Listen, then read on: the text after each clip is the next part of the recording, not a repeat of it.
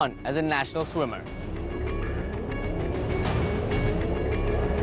20 years ago, at the age of 50, he picked up a new sport from scratch, rock climbing. At 70 years old, he's challenged me to scale Singapore's only natural rock wall.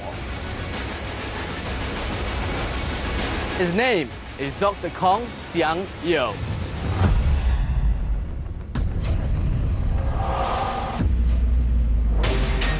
13 senior citizens over the age of 60. Each the master of their discipline.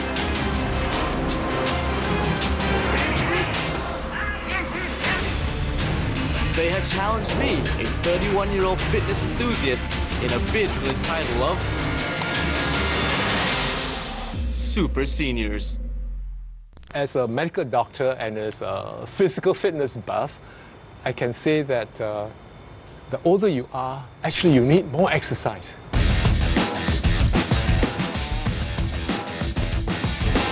In rock climbing, it doesn't matter about your age. It's how you enjoy it.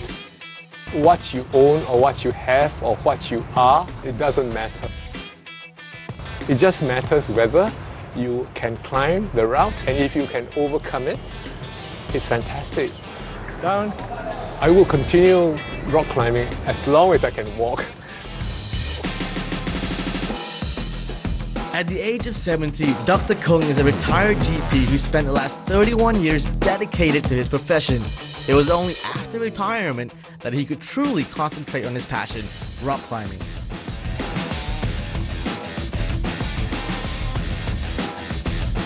Today, I'm paying the doctor a visit, not at the clinic, but at the gym. Hi. In rock climbing, as you know, you need both technique and you need a bit of power and strength. So I try to hit the gym as often as I can, about 3 times a week. 1, 2, 3, okay. Sit. Just a little bit, yeah. I try to focus on those parts of my body which I find is the weakest link. At the moment, it's my shoulders that's giving me some trouble. I find that it's rather weak. Working out with Dr. Kong, I saw how tough he was both physically and mentally. Oh, Doc's got pretty good guns. And it made me realize tough guys like him don't just become tough guys overnight. So I'm making a house call at Dr. Kong's to find out how he got started.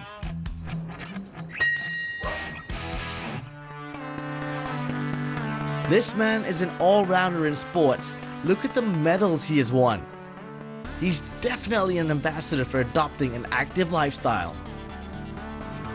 1961.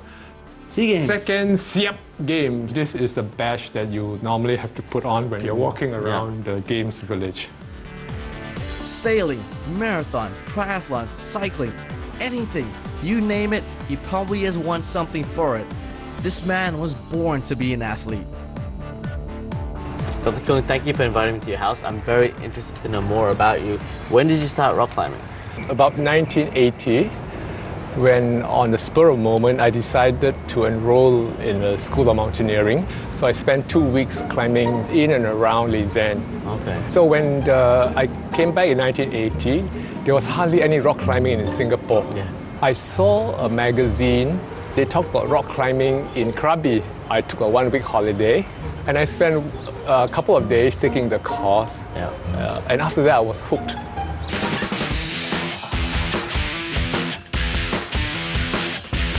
I think rock climbing to me is actually overcoming anxiety. I do have a tendency to be an obsessive compulsive. I think most doctors are. And rock climbing actually took me away from everything.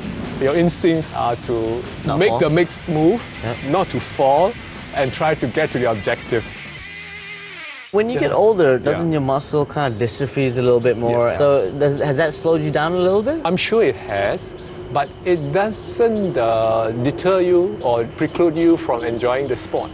Of course, yes. So, and rock climbing is such that you can climb at any level, and at any level you can still enjoy it. What does your wife think about you rock climbing? Well, I think she's quite supportive of my rock climbing. Keeps me active, healthy. and she knows I'm doing something which I like. I know he is very passionate about climbing, so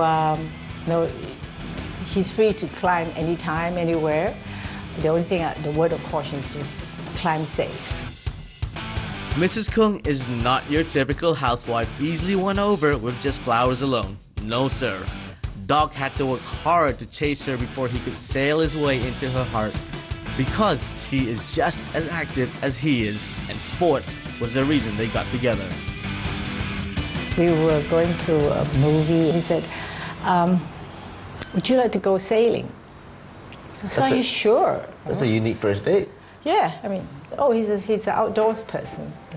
I usually like people who are not so pale.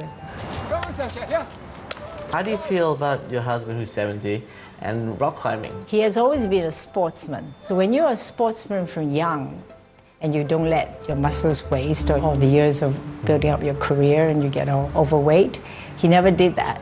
So for a sportsman to switch from one discipline to the other, I don't think there's much of a problem. And he's very consistent, so he knows how to approach it. So I have no worry for that. All right, Dr. Kung, I see you brought out all the equipment. Can you take me through them? Oh, yeah, of course. The basic gear you need is a harness. Harness and ropes are basic essentials in rock climbing.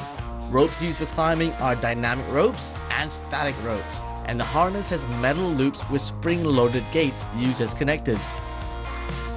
All right, now next to this personal harness, you need a pair of shoes. We also need a pair of snug-fitting climbing shoes with a slight curve to increase the ability to stand on small footholds. Next is a chalk bag. There we go. This is to make sure that when you perspire, if you are holding onto a rock, it doesn't slip.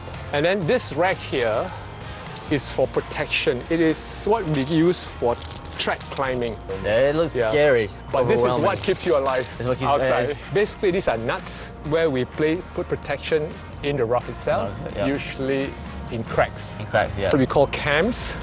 You see there's a camming action. Yep. So once it goes into the crack, then it creates an anchor in a way. So a steady Correct, anchor, so it doesn't move. Okay. So basically these are the equipment we need. As you can see, it's very simple. Okay. Simple for Doc, perhaps. While most folks in their golden years are chilling by the TV and playing with their grandkids, Doc has challenged me to climb Singapore's one and only natural rock wall at Bukit Timah Nature Reserve. This is a popular climbing site naturally shaped by the weather conditions. I hear that even professionals struggle on this wall. Great. Oof. I can't even get a grip. All right. Why can't I even get on it?